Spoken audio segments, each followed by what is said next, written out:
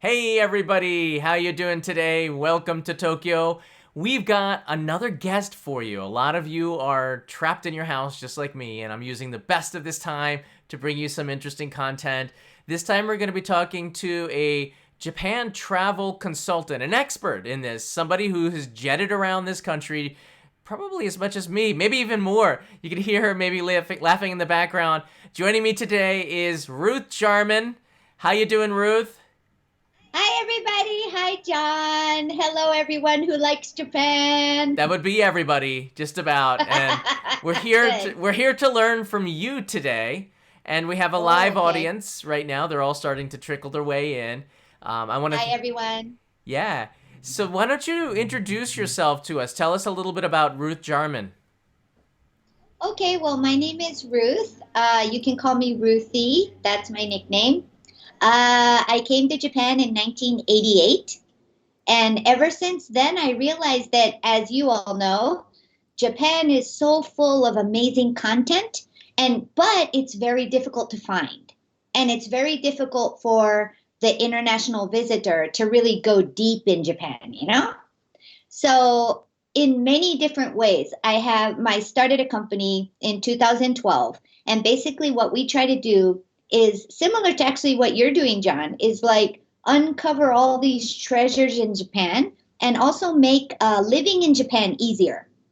So we try to connect lots of aspects of Japan with people who want to live in Japan, work in Japan, visit Japan. So that's basically what we try to do. And I've spent 30 years doing it. It's not easy because Japanese people don't really like to brag about stuff. So I am in charge of bragging about everything. So that's That basically how I see my job. that's right. I think the best person to talk about somebody else is a third person. Somebody because then I don't know. I think because it doesn't look good to talk about yourself, people are hesitant to do that, True.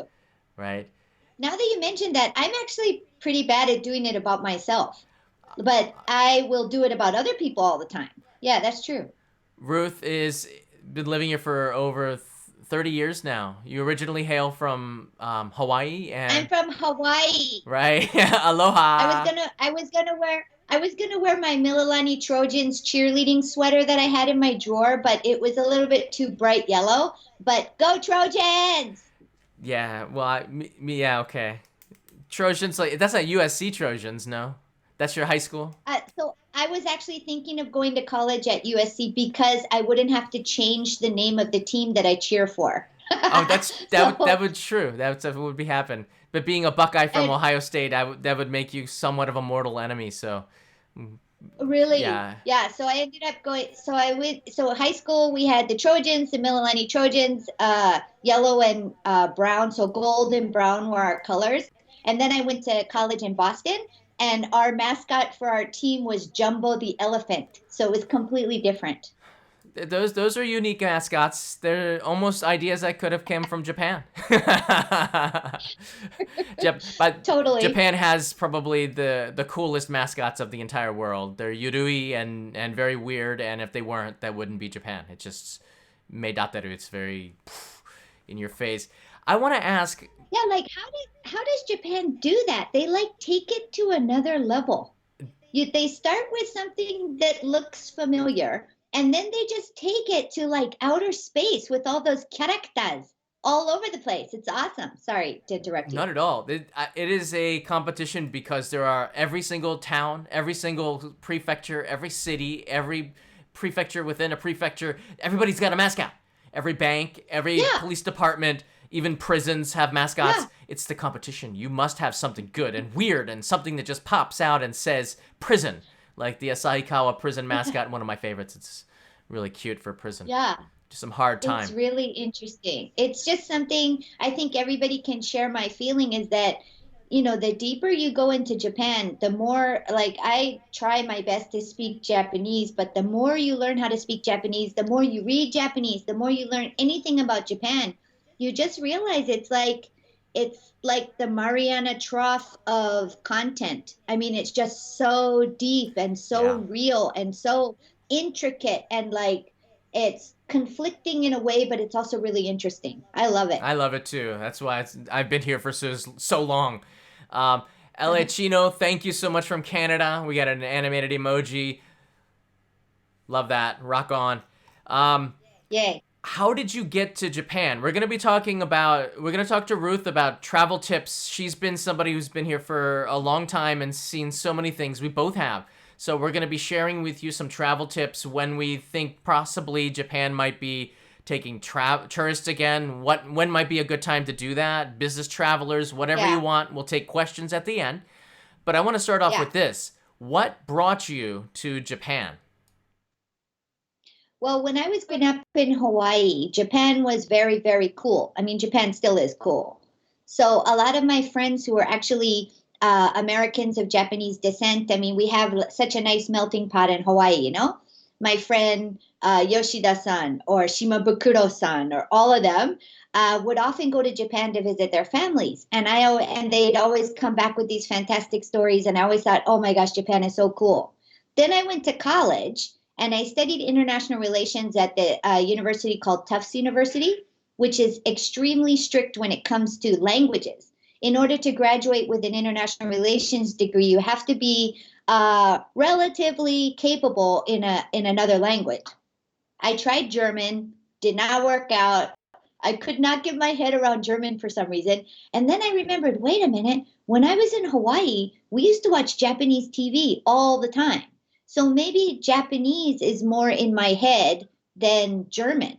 So when I took a Japanese class, all my friends from what we call in Hawaii the mainland, like the regular large United States, they had a real hard time saying ra ri ru re ro. Everybody else would say like ra ri ru re ro, and I was the only one that could do the ra ri ru re ro. And my Japanese teacher was like, "You got it. That's good." And I was like, "All right, okay, I'm going with Japanese." And then I came to Nagoya.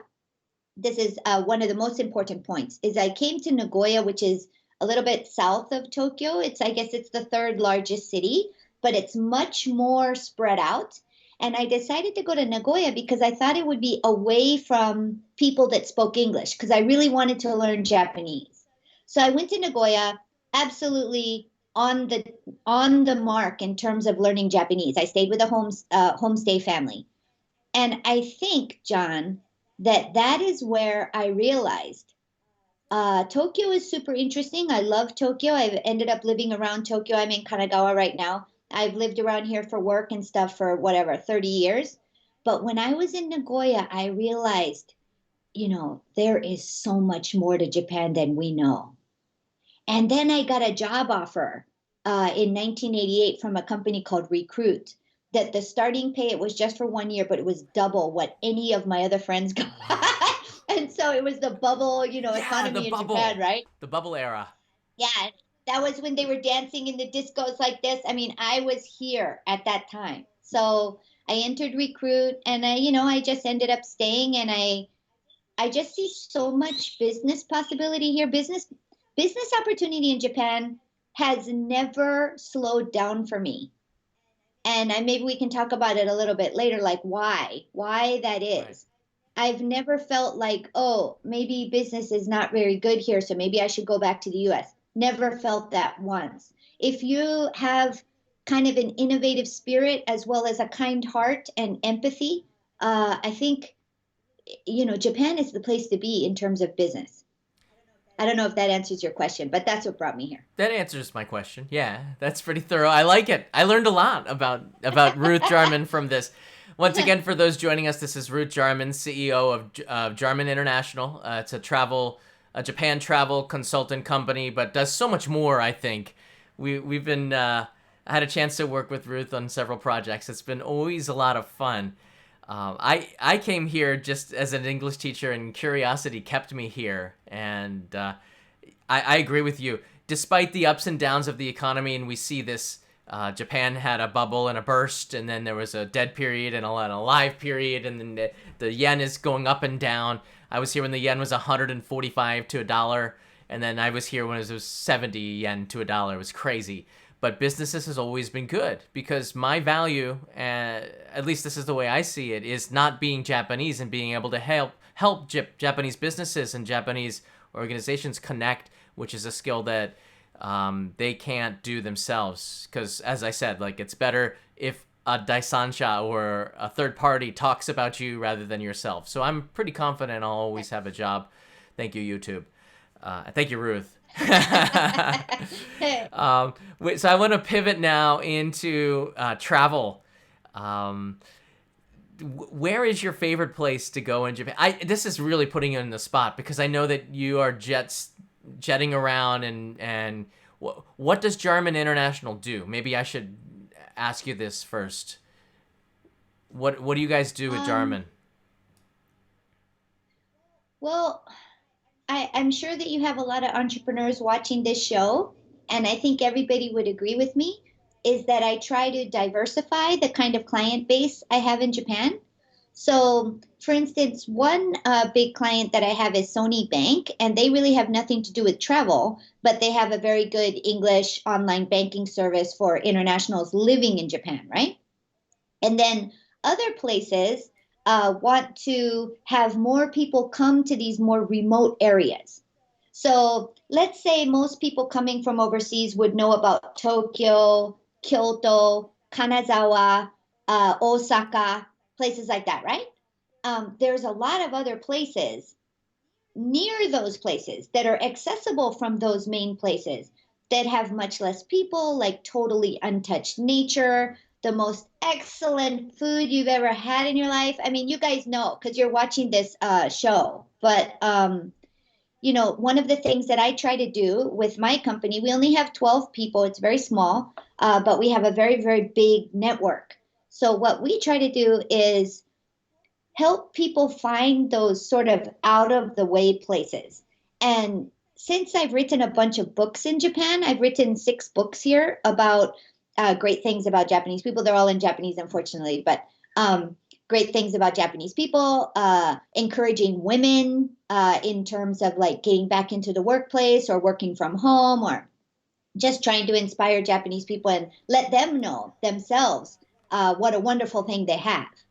And because of those books, I was, until COVID, called to go all over the place to do speeches about the books. And so I get to go to all these different places. But 2 places totally stood out for me. One of them is in Kochi Mm. Prefecture. It's called the Last Pure River. It's called the Shimanto River in Kochi. It's right? Yeah. What? Well, I What did a happened? video on Shimanto River. Yeah. Oh, okay. Yes, yes, yes. So there are no artificial, like any kind of factories or anything along this river. I think it's like 180 kilometers long.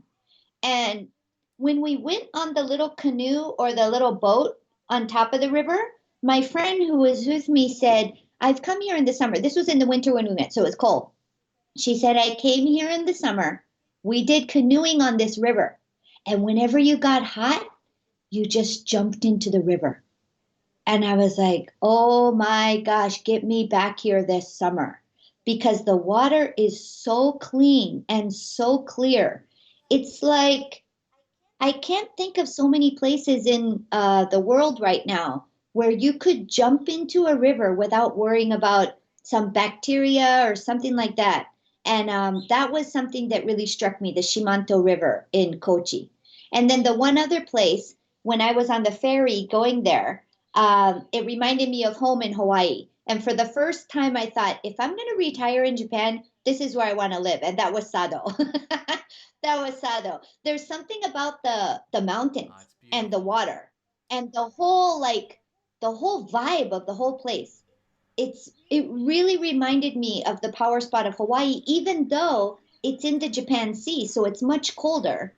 There was something about it that was extremely attractive to me. So those, We were actually there in Sarogashima in January, right? It wasn't too long yeah, ago. yeah, The two of us were there. We were also there last summer to show you to yes. show people about the Earth celebration, which is taking place.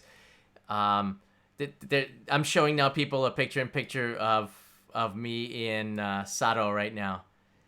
Oh It's yeah, really cool. Yeah, there it is. And Jaya was with us. Remember on that trip, Jaya is renovating an abandoned house in Ibaraki Prefecture just north of here. But we went out there looking for abandoned houses in January, and well, Aikawa was the name of the town in Sato, right? This is the kind of a place that I think a lot of tourists are looking for that just don't know about it. It's on the other side of Sarogashima. It's such a fresh look into Japanese history for me because things haven't seemed to change since the 1950s. And yet they're on the verge of changing there because now there's so many akiya or abandoned houses. Many of them are now being taken by younger people, converted into cafes, into cinemas. And for me, this is really exciting to see on the other side of an island in the Sea of Japan, which is something a lot of people don't know about, which we would call a hidden gem. I don't know, it's just me.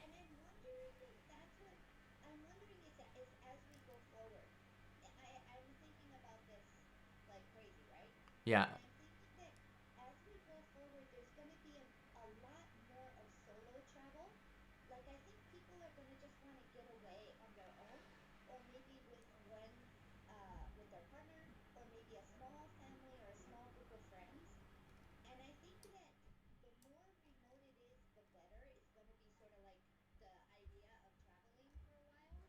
And just getting away from all the bustle. And John, can I tell you something funny? Sure. So one of the gentlemen that we actually asked to come to Sado to look at it, he lives in Portugal and he's a blogger, travel blogger. And he came and I said, if you could describe Japan to me in one phrase, like what would you say? How would you describe Japan? Because he'd only been here once before, like a long time ago, and had come back. And he said, Japan is where you can escape the chaos. And I'm like, what? I'm like, when I go to Tokyo Station, that's totally chaotic to me, Like I've been here so long, like when I go to these crowded places, I feel like it's chaotic. But he said that chaos is nothing. It's like when you come to Japan, it's sort of organized crowds as opposed to literal chaos, Right. which he experiences all over the place. And I thought, wow, if even in its most crowded stage, Japan can be kind of an escape from chaos, isn't that kind of a good sign going forward that, yes, you're right, it's going to be organized. It's going to be some people walking on the left. There's going to be social distancing in the train stations. I mean, if nothing else, this is a very organized country. What do you Oh think? yeah, absolutely. This is very, very organized. The trains, everything runs on time. When it doesn't, the Shinkansen is 1 minute late. They apologize on the loudspeaker. Yeah, this is it's a wonderful place. We lost audio when I went over to the other video for a little bit, but what I was Oh, showing everybody, we're okay now, but I was showing everybody our time on Sarugashima in a place called Aikawa on the other side. They were abandoned houses.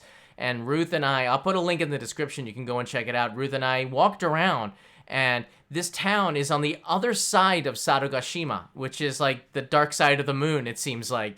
But it's right. what I like to call a hidden gem. I did the air quotes, which you couldn't hear. That to me is a place that a lot of people are looking for. They're looking for a place like this where time stood still back in the 1950s, and you can walk down the streets and see that, but you can also feel a new vibe of young people coming in, taking over abandoned Right. houses, many of them that are available for people that are interested in renovating them, creating businesses, stores, cafes. There's even a cinema there now, and you can buy the houses and create your own home for your family and live in this town on the far side of Sarugashima, facing the Sea of Japan. It's awesome, but a lot of people just don't know about It's it. just lovely. And we did this with Jaya, who has a channel called Tokyo Llama, looking at abandoned houses, and that was really cool back in January. About 100,000 people saw that live stream. It's pretty fun as Ruth, the ball of positivity, marches through the town, introducing really fun stuff to us. That was such a fun trip, and it ends. It was really And it fun. ends where? Do you remember? On the top, at the Oh, in the in the prison. prison, the Slammer, which is an abandoned Yep, that prison. was really fun. Yeah, that was so much fun. I scared you. I scared you. I got you. It's true, actually. It was scared to death. Watching that video is a reminder of Root's power of surprise. That was a lot of fun. I cannot wait to go back to Sado Island. And well, I know that the Earth celebration is the big event on the island for most of the year, which is in the summer, right?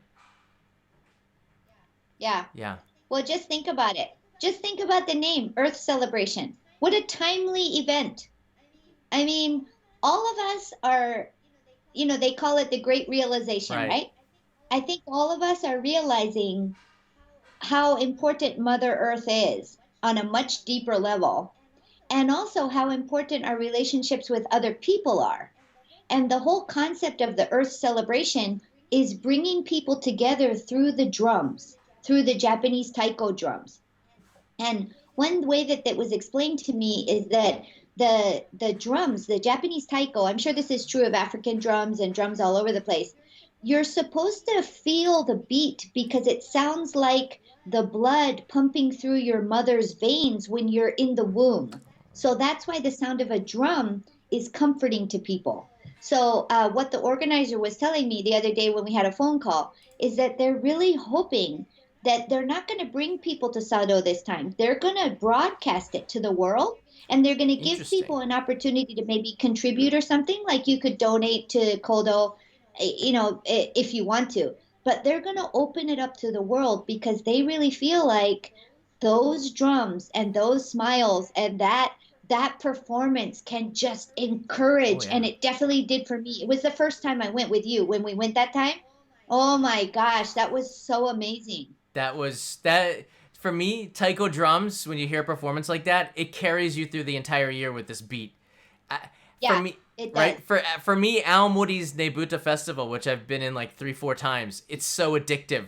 Dun dun dun dun dun, and for me, the whole Yeah. year, just that energy takes me through some of the tough times. I don't have energy tonight. Dun dun dun dun dun. Then all of a sudden, I'm standing up straight, like get your butt out of bed and wear your fundoshi and start marching around town. Then I just don't do that. I just gonna come back to normal me. It's just that energy of taiko drums, and that Earth celebration that we went to last year was amazing because it's not just the taiko drums; it's the whole performance of it that Kodo really Yeah. puts into it. The practice, the love, and the dedication that comes through, and that's what makes them the top, in my opinion, the top taiko band, top group in Japan, which is in the world. It's incredible. I think in the world, Yeah. it's like the highest level of maybe the Bolshoi ballet or something, like the highest level of performance of Japanese taiko drums. About 15 to 20 people go through their whole apprentice. Like you have to be chosen to even be an apprentice Yeah. there. And you have to go through 2 years of apprenticeship. And then you go through the final selection to see if you actually make it on the actual team. And usually out of 15 people, maybe one or two people make it. Sometimes nobody makes Yeah. it. So they're so selective. I was there when they I'm filming an edited episode on the life of Kodo taiko drummers, and I was there when they had Oh, yeah. announced some some apprentices didn't make it into the group. It affected everybody because you have to say goodbye to those people, and that was not a good time to be there to film, to be honest with you. But you could see the No, love that they have for the members, the brothership that they have within their group. It's very much like military almost, very regimented. And when you lose it one is. because of the process, a lot of the good ones though, they will stay in one way or another in the organization. They have that a Yeah, choice to stay, but they won't be in the group. And we've met some members that stuck around and made careers out of it. They were promoting the group, exactly. traveling with the group, doing something to support the group, and you can build off that experience into something else. But I gotta tell you something, it's like the military, man. When you go out there and you can survive that apprenticeship for that amount of time, you might not get the job, but you have some life skills that will put you on par with some of the toughest people around. Seriously, like the stuff that they got to do, which I'll show you in the video, the edited video. So don't want you want to watch that one. It's coming, I think, later this month, right? So Well, it's kind of like training for a samurai, right? Like they yeah, have to learn tea ceremony, they have to learn flowers, they have to learn the local festivals, the history of the whole place. So it's kind of like forming the entire individual Right. in order to get that the correct, the pulse, the heart into those drums. Yeah. And it really does see you through. When you listen to those drums and you see that performance, you just feel invigorated. My friend who went with me, he was just like, I was not expecting that. He was like, I thought it was just gonna be, drums, but it's like my whole like body got like ignited. That's what he said. Yes, my body ignition. What is the word? I can't remember. It does do that to Ignition. you. It does do that to you. I actually Yeah. filmed last year live the entire Earth celebration on the final day. They gave me access. Yeah. That was pretty Wow. incredible. I'm gonna pull up some of the beats here. I have it Oh playing, yeah, do that. and we can have the beats in the background. Let's see it. Yes. But it's a lot of talking. Here we go. This was an amazing one. This is pulling on my smartphone. He's doing solo on the big taiko drum. You can hear it. The entire audience, there's about, I don't know, 4 or 5. Oh no, Ruth's into it. The dancing's out. We got the dancing out. Hear it? Uh-oh. So, and then one of the ladies on the troupe closed out the whole thing. Do you remember? She was the final drummer. Oh yeah, let's see if I can pull that up. And she was just like so cool and so beautiful. And she was just working the whole thing. Here, you can hear some of the music right now. This is the final, when the encore. We need a full Ruth shot. There we go. It's only you now. Solo dancing. Feel the power of Kodo. And like a little Bengali move in there too, I saw that. Sounds a little. It is the Earth Love it. celebration. It is. We believe it's taking place this year, right? They're still gonna do it. Yeah, oh yeah, they're definitely doing it. They're just doing it a different way. They're doing it a different So- way. Good. They're going to broadcast it out to the world, and then everybody can watch it for free. And if you feel like giving them $5 to support what they do, that's how they're going to do it. And I thought that was a wonderful way to do it. Just take my money, because I look. They canceled the Nebuta Festival in Aomori. A lot of the summer festivals have been canceled. I have to be honest with you. It's gonna be a tough summer. The Hanabi Taikai. Yeah. I was talking with the Japan Fireworks Association. They are pretty much gonna be suspending right now most of the big events, because a big festival brings people together into clusters, whether you want them to or not. So they can't put them on. Right. We're just not sure. Yes. But this is going on is a ray of hope. This is Earth celebration, Yes. man. I'm pretty stoked that something's going on. Yeah, I keep telling everybody that I really think how creative we can be is what is going to get us through. Yeah. So it's not like the world financial crisis. It's not like the huge earthquake tsunami that we had here. This is a health crisis, right? Yeah. It's a health crisis. So as we start to get better, like as we start to get through this, the economy, everything is still there. All the content is still there. Everything is still there. It's just a matter of now, how do we, I don't really like to use this kind of term very much, but how do you kind of like repackage your message, you know? Like if you had a present to give people that you love, and up until now you gave that present directly, now we want to figure out a way where you can give people those presents in a way that is not as direct, but it's the same present that you want to give, you know? Yeah. It's all going to be how innovative and creative people are. Right. I'm shut in. I have a show. I bring friends on. We keep things going. We keep the lights on. And actually, this is pretty exciting to have so many people coming in on this show. But Japan is doing that too. And we've had challenges with this coronavirus, just like everywhere else in the world. Right now, I'm self-isolating with Kanai. She's at high risk because she has asthma, and I have to be even more careful and not get this to protect my family. And I know a lot of you out there are at home as well watching this. So we're doing the best that we can, creating in a flower pot. Now I know how a flower feels in a pot. We can't get out, but we still have to grow, right?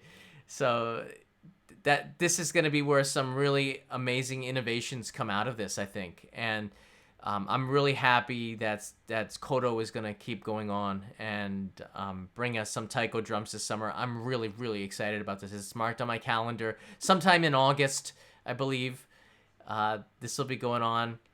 And yeah, we'll put the link somewhere or something. Yeah. It's already on the web. I just don't have it with me right now. So. Yeah. What other areas? I want to pivot now into travel. We might go back just to Niigata, Saragoshima, because we were just there. So it's just fresh in our memories. It's a beautiful place. And that's about 2 hours we can get there from Tokyo, right? We take the Shinkansen to Niigata and a ferry. Right. So I think that even if you take the jet foil, you should probably give yourself total door-to-door 4 hours. 4 hours. That's what I think. Because the ferry, you have to wait for the ferry. But now, once you get there, you should stay a week. That's all I have to say. Don't do these short trips anymore, everybody. Let's not.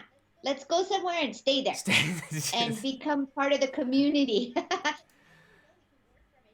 See, now you know why Ruth is good at her job. Stay there for a while. Spend money. I would do it too. Seriously, I loved making this show. When I stay in a location for more than a week, the show is way, way better because of the amount of information that I can get. I start to feel what the locals feel and can bring a more authentic story. Yeah. So, and by the way, Sato is shaped like a butterfly. Just wanted to put that out there. It's pretty amazing. Google Earth Sato, you'll find butterfly. It's weird. It's like aliens shaped this from a rock and said, let's make a butterfly. I don't know. Yeah. Just me, maybe. Where else do you like to go? You mentioned Kochi Prefecture. What are the other places in Japan that have struck a chord with Ruth Jarman?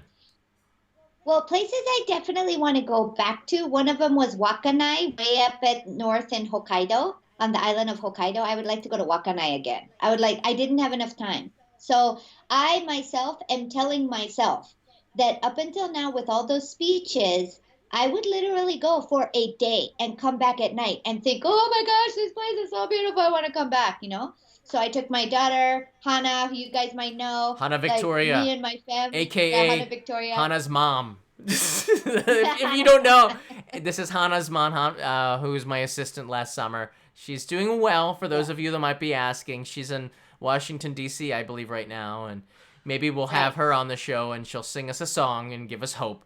Because Hana's guitaring is amazing to me.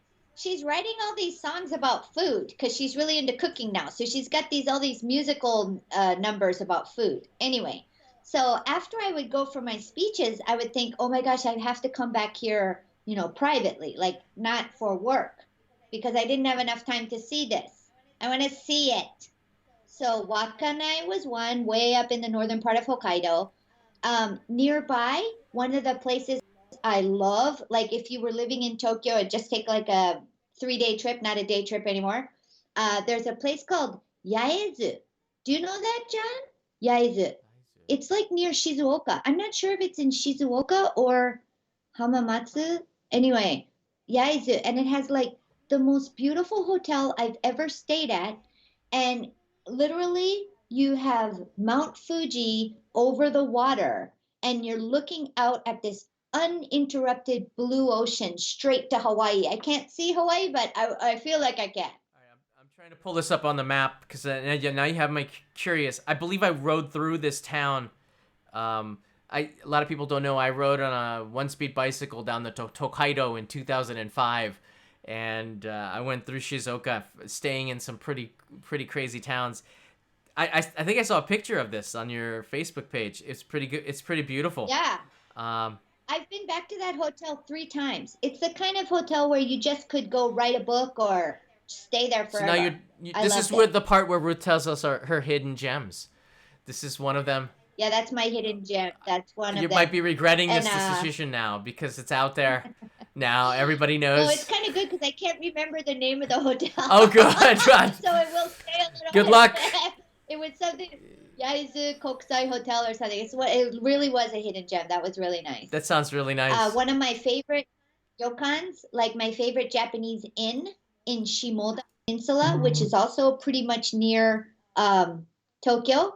It's called Bosui. I write about it in my first book, Bosui. Bosui. Bousui. Bosui. Yeah. That one, like, it takes the cake. Family run. That's one. Family run ryokan. Not family run. Maybe family run, but it's a really like luxurious ryokan. I Ah. think it was $1,500 a night or something like that for all four of us when we went. For four. Expensive. Totally worth it though. For like a honeymoon, it would have been so good. $1,500 a night for everybody with all the food and all that. So that was four people. Yeah, it was expensive. Sometimes you gotta Yeah, splurge. It was. Life lives Yeah, once. I splurged. I think I was kind of bonus, but that was a really nice Yeah. one. And then the other one, obviously, total unbelievable, is the Bar Hotel Hakone Kazan. Ah. I'm not even gonna tell you guys. What? No, wait. How dare you? You open up Pandora's box, and then you close the box and say, that was nice. But I'm not going to tell you. Okay. It's all right. You don't have to tell us. One of You don't have my, to tell us. It's okay. well, I'll tell you the backstory. So my I want to client, know. Shimada Group, and Shimada Group used to own, well, basically, they used to own a whole bunch of rice fields long time ago. And then they decided that they don't need as much rice anymore, so they're going to build like apartment buildings. Kind of sad, but they build apartment buildings. And now I guess this has been 300 years or something that the company has been around. The president now, they've just got money coming in from management fees from all these apartment buildings they have all over the country. Okay. So it's like, dude, what should we do with our extra money? Right. So he loves art. He loves architecture. He loves Japanese history. He loves like melding Japan and Western sort of style. So the one I think, John, is the Hotel Residence Roppongi. That Yeah. was one that they totally renovated. It was a boarded up. Oh. There was what's it called? I'll tell you, it was called. It was like on that main street, just up the street from Gonpachi, that was in Kill Kill Bill. Bill. Yeah. Yeah. So it was all boarded up, and it had what's it called when you write outside? When you're writing on stuff and it doesn't look nice. Garbage. Outside. Uh, No, like writing with spray paint, oh, and like that. graffiti. And it can look nice. That's why I was gonna say sometimes graffiti looks nice. I don't know. It can look nice, but when this one was sort of like, it didn't look good. Like it was Oh. an abandoned building, so they bought it. They renovated the whole thing, Wow. and now it is just the coolest. Like they have Japanese roof tiles that they used in the floors. So it's just so interesting. This is Roppongi Residence. This is called Hotel and Residence Roppongi. So Hotel they and have Residence service Roppongi. apartments, they have little office space, they've got meeting rooms, they have a restaurant called Kokonoma, they have a hotel.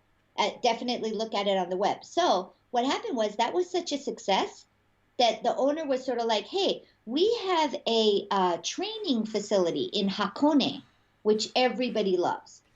So why don't we renovate that into like a super luxury bar hotel where you check in at, I think you check in at 6 p.m. at night, you check out the next day at 4 or something.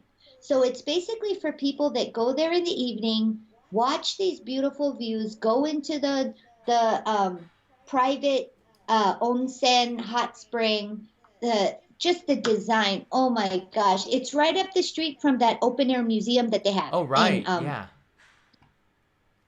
I forget what the name is, but it's in, I think it's called Kawakudani is the name of the little area, and you go up kind of on a cable car, but a lot of people go by driving. Bar Hotel Hakone Kazan is like, that's the bomb. Hakone. Yeah. I'll check it out. Hakone is really such a beautiful place. Thank you, Callie Trujillo. Thank you so much for the super chat, Callie. Shout out. Yeah, Hakone is one of the places that is on everybody's radar when they come to Tokyo because that's one of the top spots to see Mount Fuji. Oh yeah. So I'm guessing do they have a view of Mount Fuji from the bar?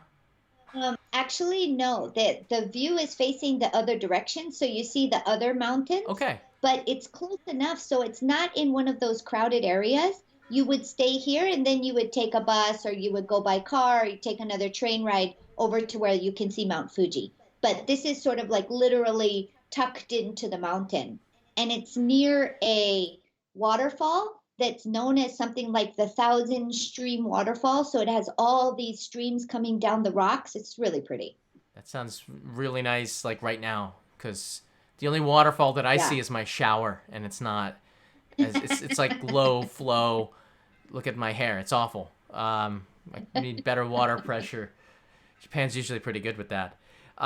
So Hakone is pretty amazing place. I think that's about an hour and a half to get there.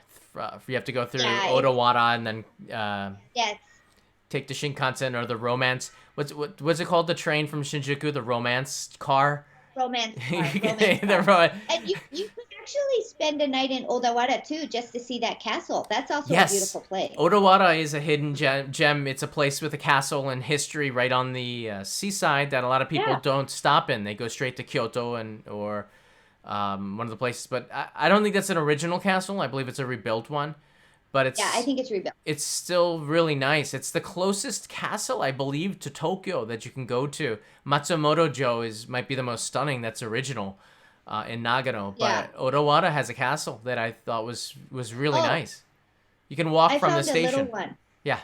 I found a really good place. Okay, so one of my clients is Nankai Trains, Nankai Railways in Osaka, and they're putting a whole bunch of effort into Koyasan. You know, Koyasan is that really spiritual, holy place in Wakayama, Right. right? So they have all the trains that connect these places.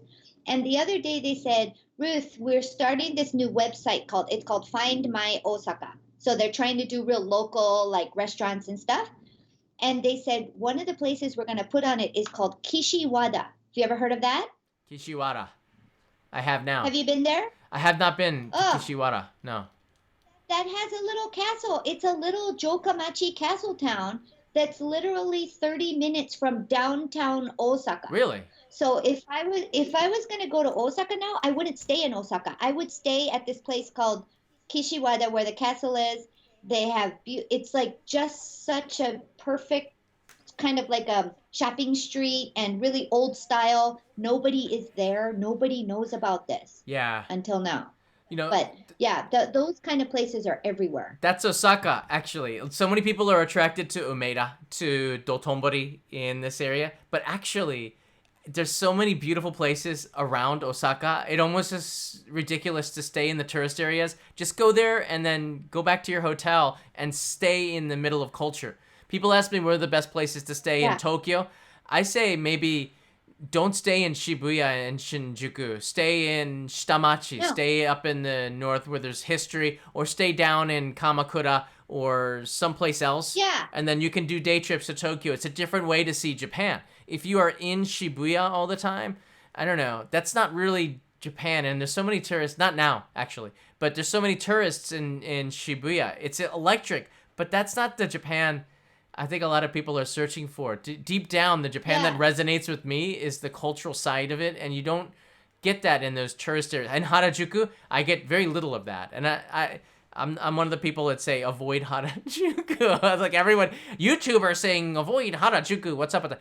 It's just too crowded, and I don't feel Japan there. That silly, colorful, plasticky Japan is not the Japan that I know from when I first came here. It's more tatami Yeah. rooms and kaiseki ryori and quietness and inner peace. I don't know, just a different Well, Japan. I, The I feel contrast. like people, yeah, I feel like people coming from overseas often don't understand how organized Japan is.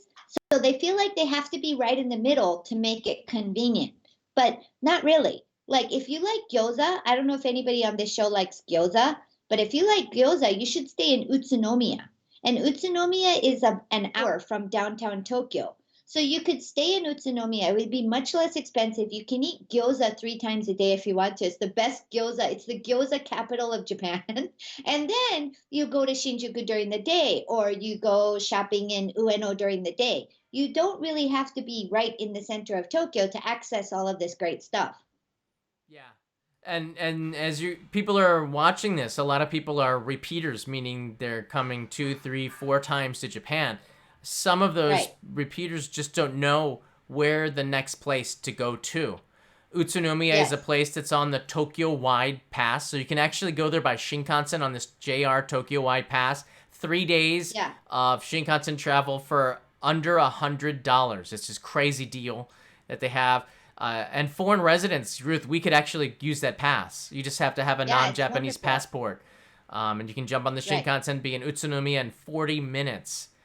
Do a day Yeah. trip there, or even spend the night, come back, and then go to Karuizawa. I love that pass, but yeah, it's so Yeah, close. that's true because Utsunomiya also takes you directly to Nikko. Right. So you could go, yeah, so you could just stay in that area. You don't really, like John said, you don't have to be in the center. I lived in Utsunomiya for a year. People don't know. I've lived in 16 different cities in Japan, and Utsunomiya was one of them. And Izumicho was the name of the town within Utsunomiya. It's just across the street from the Tobu department store. Kind of a tough town. A lot of hostess clubs. Strange memories. And also golf clubs. Golf That's clubs. where one of my golf, that's my golf, Eastwood Country Club is there. So if Oh. anybody likes golf, they can participate in our virtual cup. We started a virtual cup after COVID. Oh, because people can't go So out golfing, so. Well, so now people don't go in groups, right? So what they do is they go during the month, they send us their scores. At the end of the month, we calculate who the winner is, and they win $1,000. Oh, wow. It's a virtual cup. So it's like you could have 50 people going to the golf course, but they don't have to go together. They can all go one by one. And then they just send us their scores and yeah, it's a virtual golf competition we started. There's a lot of golf courses. A lot of people. I think everyone from around Asia knows that Japan is a golfing hub. It's a really amazing place for golfing. A lot of people from Korea come to Japan to go golfing. Yes, Up in yes. Fukushima and some other places. There's hundreds of golf courses in Japan. In fact, if you Google Earth it, you'll see golf courses all over the place in Yeah. all the lands. So Eastwood is one of the good golf courses, which is very close to Tokyo. Um, Yeah, so it's in Utsunomiya. yeah, So yeah, Eastwood Country Club. It's really you nice. can put in a game of golf on your trip to Nikko. That's pretty Yeah, cool. with me. Please play with me. I want to play. I'm not very good, but I love we it. I haven't played in years, so you're probably better than me.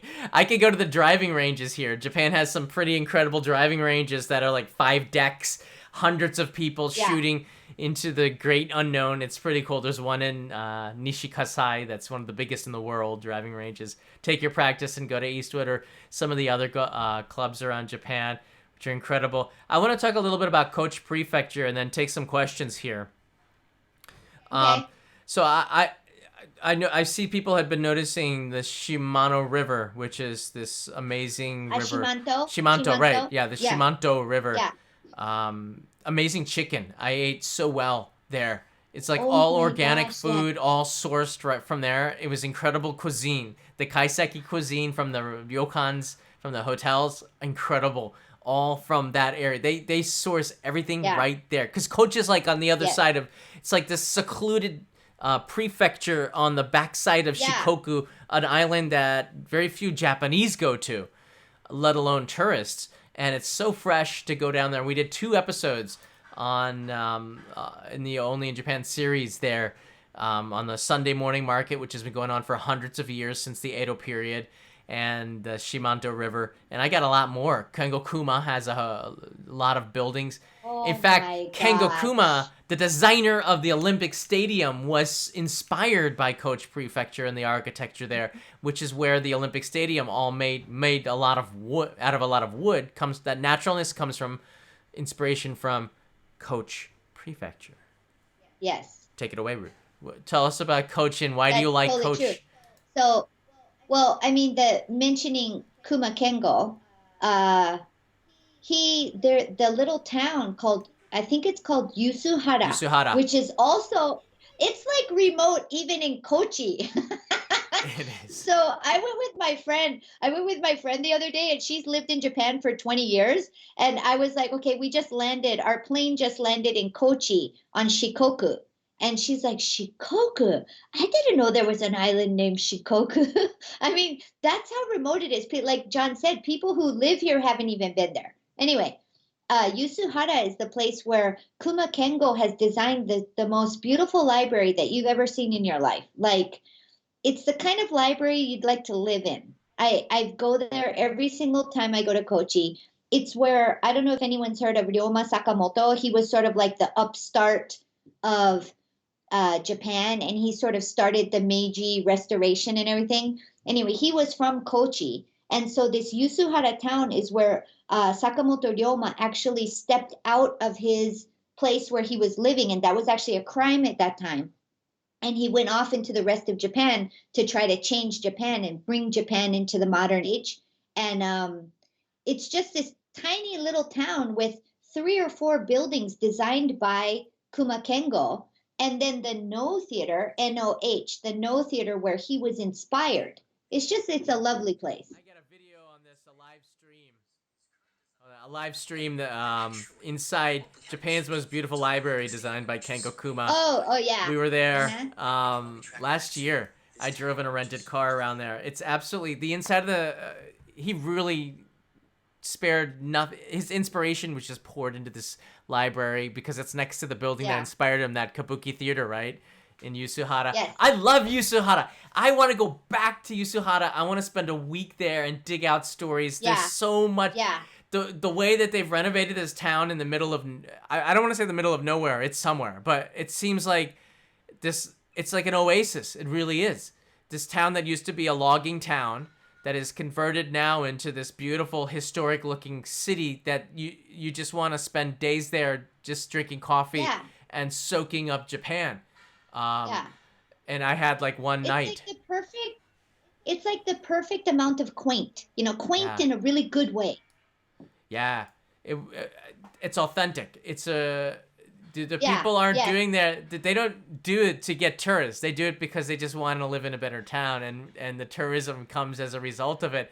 The cafes are all stylish, run by young. The average age is either it's like over 80 and under 40. It's like so you got like these really young creative entrepreneurs that are opening up businesses that they would want in a town surrounded by nature and history.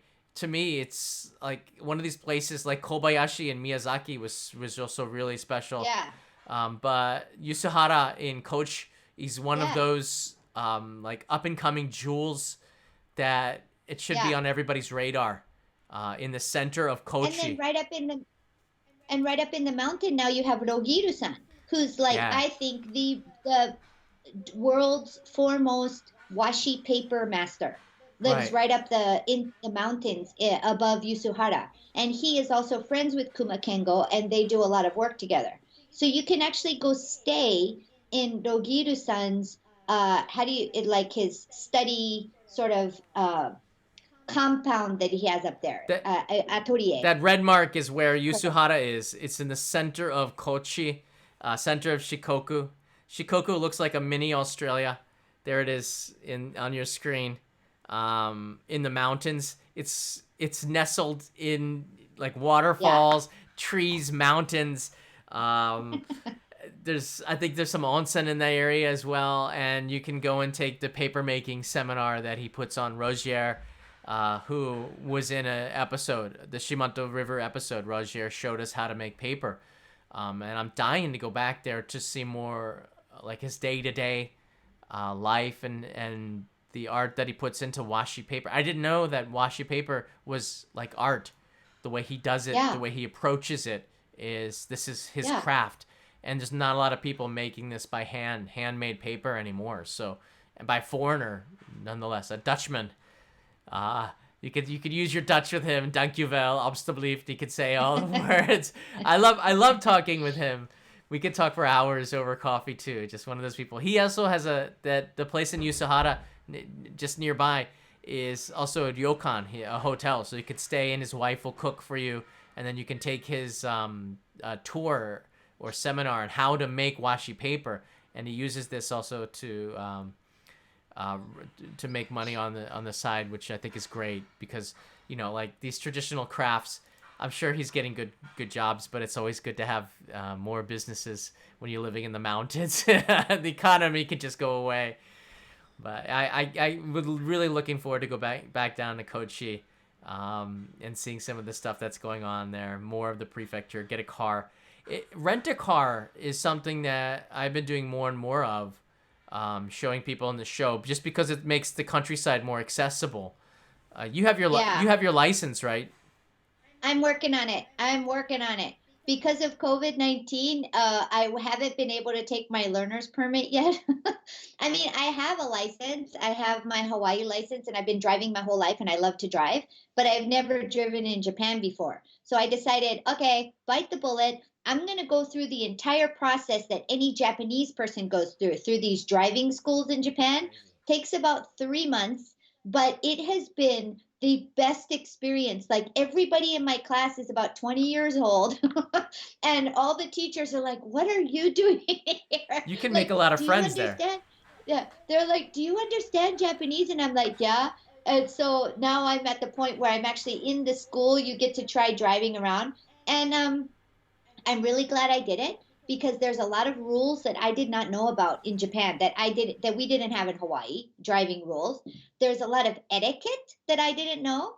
And I thought that, going through this process, even though it's expensive and it takes a long time, I will be able to share the knowledge of all the rules and the etiquette that's going on around me and know what's going on. So I think it was a good investment. So I'm hoping to get it by my birthday, and that's at the end of this month. But let's see, because with COVID, everything's getting delayed. Yeah, I could see us taking a couple of road trips, but Totally. yeah, and the viewers know all about this. I had to go take the driving test. Not I didn't have to go through everything. It's called Gaimen Kirikai, where you could take your American license and you can convert it over. But I think what you're doing is very important because the rules of the highway and the way people drive is different. And if you haven't been Yeah, driving for a while, it's probably safer to do that because there's I think we so. take for granted, at least I did, because I hadn't driven in so long.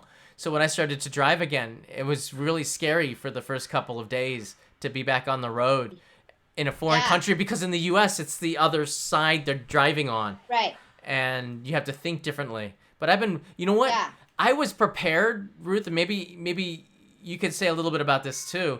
Because we walk on the other side in Japan the same way that they drive and ride our bicycles on the other side of the road.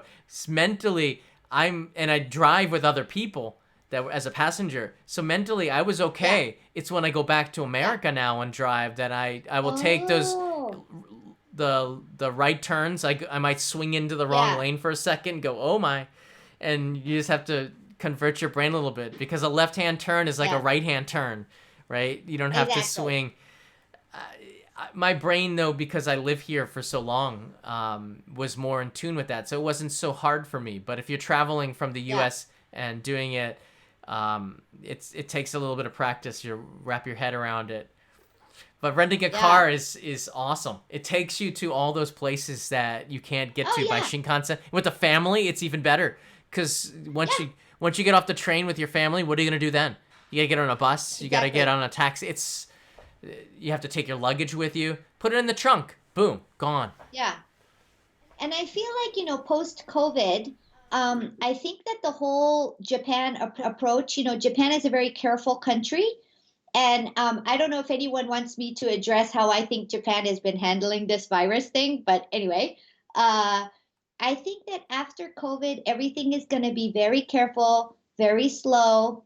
And I'm just going to float this out there. I'm just wondering if maybe the JR Rail Pass that we have right now might be removed after a certain time. Because I have a feeling that Japan is not really going to go for numbers of people anymore. It's going to go length of stay. And so, um, I'm not sure if immediately they're going to start to want to have the same numbers that they had before. It was tourism here was incredible. The numbers that Yeah, between 2013 when I started only in Japan, 2012, 2013 too, before COVID, it was incredible. The hotels were full. The streets in Kyoto, it was just all tourism, and now it's so deserted. I think you're right. I don't know for a while. They still have the Japan Rail Pass. There are actually some Oh, tourists. they're gonna have it. Yeah, Yeah. they're gonna have it for a while, but I have a feeling they're gonna phase it out because I've heard the term about, there were some situations where it was sort of thought that over tourism was happening, that this was actually hurting these places, right? And the drive was to try to spread people out. And one of the way to spread the tourists out was to use that JR Rail Pass so that people could go to, off the beaten track places. But I really feel maybe the world trend is going to be more towards the traveler as opposed to the tourist. So, not somebody who just comes for one night and leaves, but somebody who will stay a little bit longer. It's going to be a much bigger effort to go overseas now, later. So, I don't know. I just see a lot of changes coming. I'm wondering if I can go back to the U.S. for Christmas. I'm not sure. Thanksgiving is out and summer travel is out, but are we going to be able to travel? When is travel to Japan gonna come back? When the one of the biggest questions, the most asked question that I get from viewers is, when can I come to Japan again? When can I come? I Yeah. had to cancel my trip, and I want to rebook. Is September gonna be safe? And I'm like, I don't know. I guess. I think that I think it really depends where you're coming from. I ah have a feeling, depending on the way that different countries are handling this, like for instance, since I'm from the US, I can say this. Since the US is opening up and seems to not really be working hard to track well and things, I mean, they're really trying to, but it seems like the case numbers are growing in the US, right? Whereas case numbers in maybe they had a little spike in South Korea recently or in Taiwan. um, I think that Japan or any country actually is going to be looking at how that country is handling their situation. So if it seems that they're handling the situation well, they will slowly start to open up the border. So I feel like maybe Taiwan might start to open its border to Japan eventually. Japan might start opening its border to Taiwan, New Zealand, Australia. That's what I think.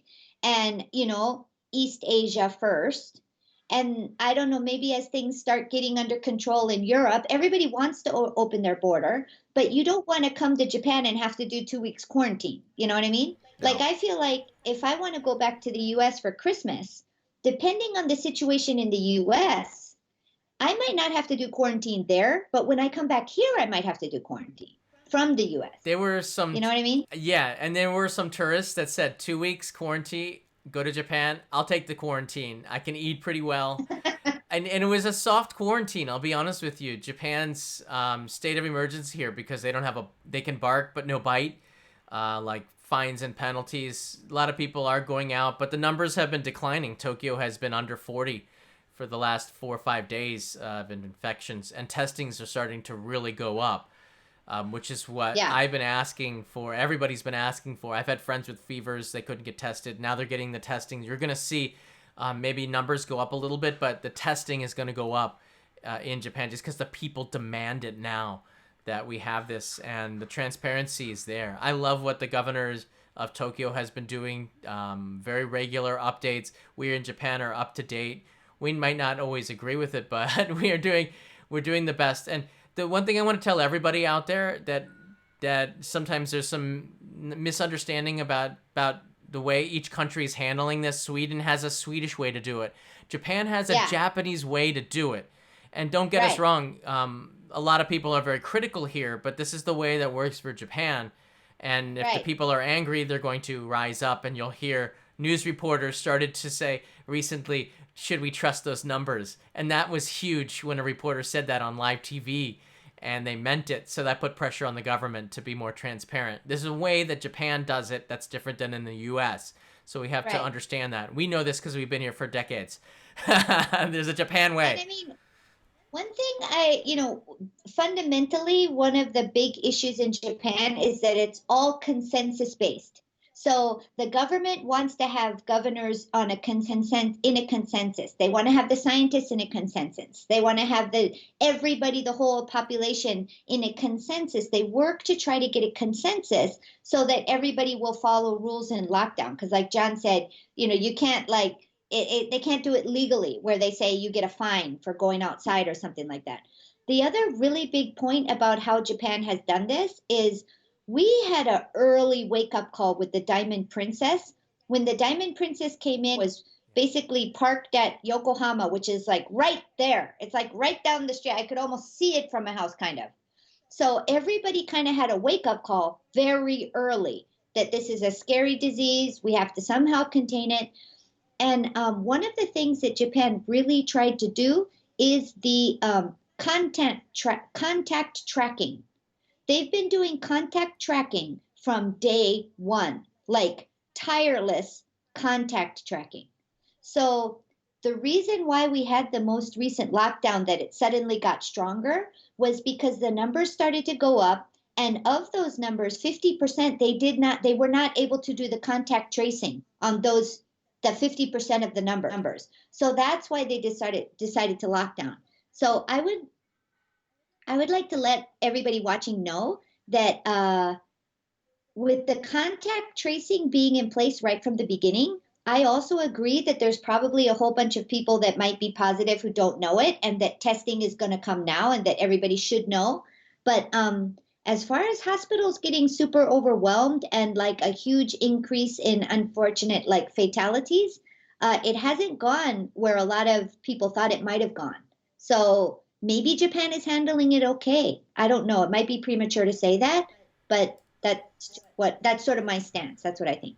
Yeah, the jury's going to be out for a while which countries did this the best way, because this is all new for Yeah, all of us. This is the first great exactly. pandemic since in 100 years since the Spanish flu, Right. and we just don't Yeah. know which country is doing it right. It's not a time to second guess, I guess. I think it's just trust in your experts and your leaders. That's what they're elected to do, and then do what you got to do for Yeah. your family. I stay in. I got friends that are riding around town or walking around, and everybody has their own approach. But you know, this we'll get past this, and I think Yeah. that travel will start up a little bit regionally based on the countries that have this under control, and it could be as early as the end of summer. But I Yeah. think I think summer, around September. Yeah. yeah, from September. But I think summer is going to be just domestic tourism will start up maybe in June. That's what I think so too. Yeah. Yeah. I agree. So if you're here, you're going to have a chance to travel around without foreign tourists for the summer. And then, again, this is based on how the numbers go and the politicians do. September, I believe Australia and New Zealand and Singapore. And Yeah. there's some countries that have this, are doing really good with containing Yeah. it. And in other countries, the U.S. is going to be really hard. Yeah. Germany, there's countries in Europe that are doing a good job with keeping the numbers down. They're going down in Germany, I Yeah. saw, and um, these countries will be opened up. And I guess by next spring, we should see it open to everybody by spring. But I'm hesitant for the fall because we do think that there could be more. There's usually these usually come in waves. We just don't know. We Like a second wave. Yeah, and I don't want to talk about too much of this because we have some questions from Patreon supporters that I want to get to. But if there is a second wave, or there's so many factors. If there's a second wave, are we going to have medicines that help treat it and reduce the amount of time people spend in the hospital and reduce the complications which cause death? That could be coming with Avigan and some of the other drugs. Yeah. Then there's also a vaccine. If we have that in September, if we don't, how long is it going to take to roll out? There's so many variables that we just don't know. I think it's very hard. If you have a trip booked for September, I think play it out until you have to cancel it, because I believe that the state of emergency, or you're not going to be able to come to Japan at all. And if you can't get a visa and Japan has canceled it, and right now the majority of Westerners, the majority of tourists cannot get into Japan. The visas have been suspended. Even if you're from the US, the visa on arrival program is suspended. Any visa that you got in other countries, a work visa, has been suspended. So you might have to go back to the embassy to get it again. Yeah. These are something you should think about. It's not just whether or not you should go. It's also, can you go? Are you able to go? Yeah. And that's going to be decided between the governments right now. It's just, let's call it a reset of everything. Yeah. Reset. Yes. Yeah. And I would say, since we're in Japan, those of us living here and also those of us that might be visiting in the future, just to be kind of like polite and follow the etiquette and the protocol here, that people really do wear masks all the Yeah. time. So a lot of times I've been walking because here we're able to go on walks or whatever outside if you want to. So I've been walking outside in Kamakura area, and it's quite clear that almost everybody is wearing a mask. There might be 1% or 2%, maybe 10% of Japanese people who are not wearing masks. But I would say over 50% of the non Japanese people I walk past are not wearing masks. And I don't think that really does a good service. Maybe they don't know where to get the mask. I'm not sure. But if all Japanese people, and if you're in Japan and most Japanese people are wearing a mask, I feel like it's just kind of polite, to go with the flow and wear a mask. Even if you in your own country, they might not be pushing masks. Like I know in the U.S., it's sort of voluntary. But if you look around in Japan, almost everybody has a mask on. So it's Right. just, what do you think, John? I just think that's a nice thing to do when you're in another Well, country. people are concerned about it. We still don't know a lot about COVID-19. And when Right. everybody's wearing a mask, you feel somewhat more comfortable. I think perhaps Japanese put too much into the mask as protection. And that's why social distancing was not very good until about 2 weeks ago. Supermarkets didn't have Right. spacing. I had a lady on my shoulder just about at the supermarket in April, and I told her, "Chotto hanarete," I like social distancing. She's like, she couldn't understand the concept because in Tokyo we're packed Yeah. in trains. We live Right. like this. This is a new Right. concept. So we were putting too much faith in the mask. But with that Right. said, the mask makes people feel more comfortable, and scientifically, if we're all wearing one, it reduces the risk and reduces the fear, and it looks good for everybody. Because I live in my community, I have to be somebody who, like, I don't cross the street on a red light, for example, Right. Like that kind of right? stuff. Yeah. I don't Yeah. want Yes. my neighbors to think badly of me. I want them to think good. And so if I do get in trouble and they have that police interview on TV news, what kind of person was John Dobb? I could say he's the kind of person that didn't cross the street on a red light. I want to be that person, Right. which are sometimes the crazy people, the ones that didn't jaywalk. But in Japan, your neighbors are always watching you. The sun is always Right. following you, right? And that Yeah. keeps you honest. But the same with masks. If you live here, then, and if you're an expat resident and you're going to be living here for a while, you might want to wear the mask just to fit in and do what everybody else is doing. And not only that, Shows it also respect. makes you feel Yeah. safer. It keeps you safer. Right. Yeah. I wear a bandana now. I got homemade remedies now, but doesn't really matter. Just cover your face, Yeah. Cool. you know? There's actually a funny, quirky rule in Japan that I learned when I was driving, is that if you drive past somebody and you spray them with mud or water as they're walking on the side, that you can actually get fined for that. They can take a picture of your license plate and they can tell the police, and you'll get fined $70 for splashing water or splashing mud on somebody's Is that in clothes. San So, Francisco? Where? no, that's In Japan. Japan? What? In Japan, you can get fined for splashing somebody. So, like, these are the rules that I'm learning at my driving school in Japan. What? That there are all, so, like, it sounds weird to a lot of people, but that's a rule in Japan. So that's why you can't do that. So, in the same way, that's kind of my same attitude in terms of like red lights. When the green light is blinking like this, when the walk signal is blinking, you're not even supposed to start crossing the street. Yeah. No, you're supposed to stop. So, I mean, all these rules that from another country you would think like, why? That's so weird. But then in order to be here and be respectful of the community here, you would put a mask on or slow down when you're driving by somebody or stuff like that, right? Japan's got a lot of really amazing rules that I gotta make an episode on this. Just take Nagoya You John. should. Nagoya John, thank you so much. Ruth, get invited more often. Your insights are really good. Love your insights from Nagoya John. Thank you so much. Nagoya from Thank you, Canada. Nagoya John. All right, we got some questions here, and I want to take some of your questions. We've been on for over an hour, so I don't want to keep Ruth. And I got breakfast still on the table. So Okay. let's go through some of the Patreon questions. I asked our supporters on Patreon last night if they had anything for you. Some of them are really deep. Jason, you know who I'm talking to, but we'll go through this pretty quickly. So from Brendan Walker. From your business website, you mentioned various challenges faced by professionals on business trips to Japan. I was wondering if you could speak to any of those which have stayed the same over the years, like needing power adapters versus ones that change, like needing phone cards to call home. So I guess this is for Oh, some of the yeah. challenges for business travelers to Japan.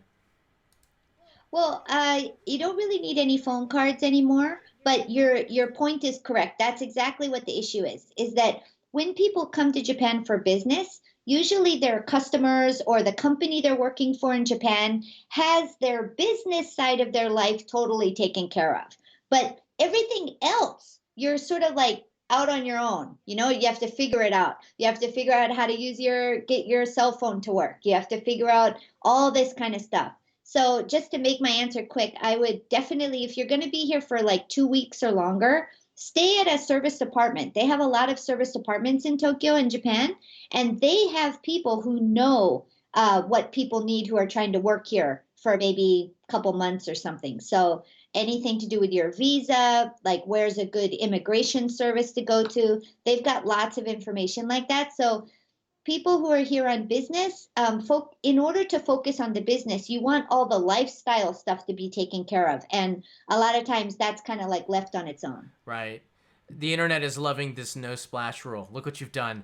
You've introduced something that I didn't even know about this because I didn't go to the school. I just did the There's shortcut. so many good I rules. know. If there's a child, can I say one more? If there's a child walking without a parent, you are required by law to slow down when you pass them on the road. Like on the sidewalk.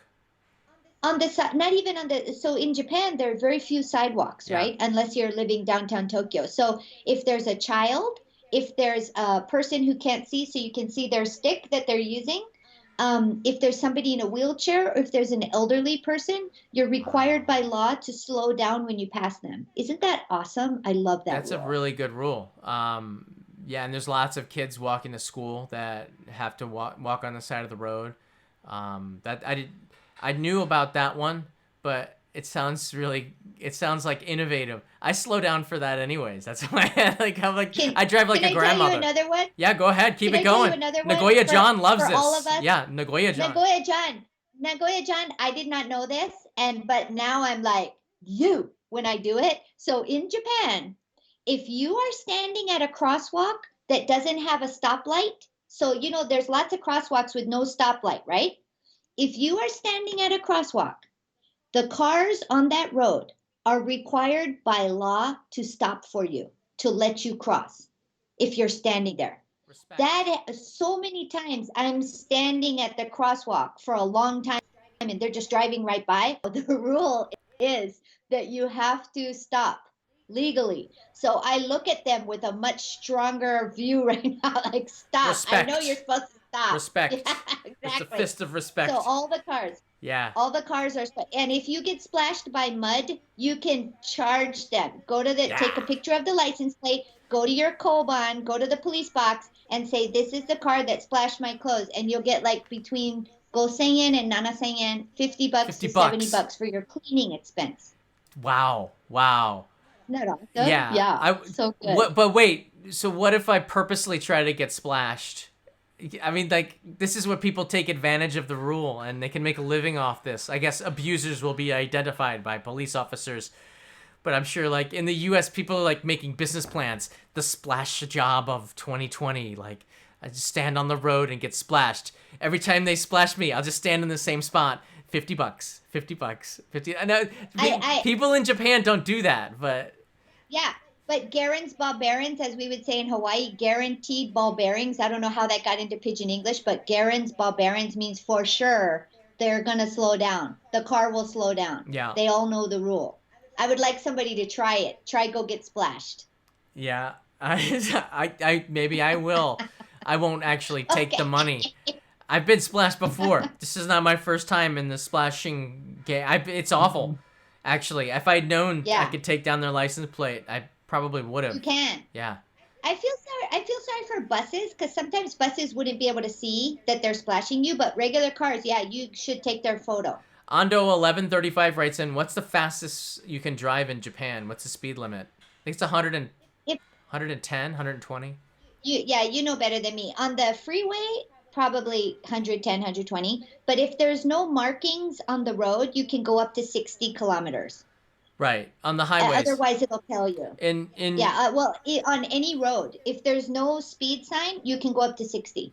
That's why people drive so fast. in Hokkaido, I believe they raised the speed limit in some places a little bit, but I think it was 100 on the highway, and Yeah, the maybe. police are a little bit lenient, just like in the U.S., give or take a little bit, right? But if you start pushing it over Yeah. 120, then that's when you'll get stopped. I learned this also. You can't stay in the right lane on the highway. That's only for passing. So if you That's exactly right. right? When I'm Yes. driving, I've been doing live streams driving, and No, right lane is yeah, bad. I'll be Bad sitting in the boy. right lane, Yes. and there's viewers like, get out, No. get out. People flashing the lights. It's a law. You got to get out. Well, they're here, it's like super picky about passing. Yeah. Like they actually discourage you to pass. They don't want you to pass as much as possible.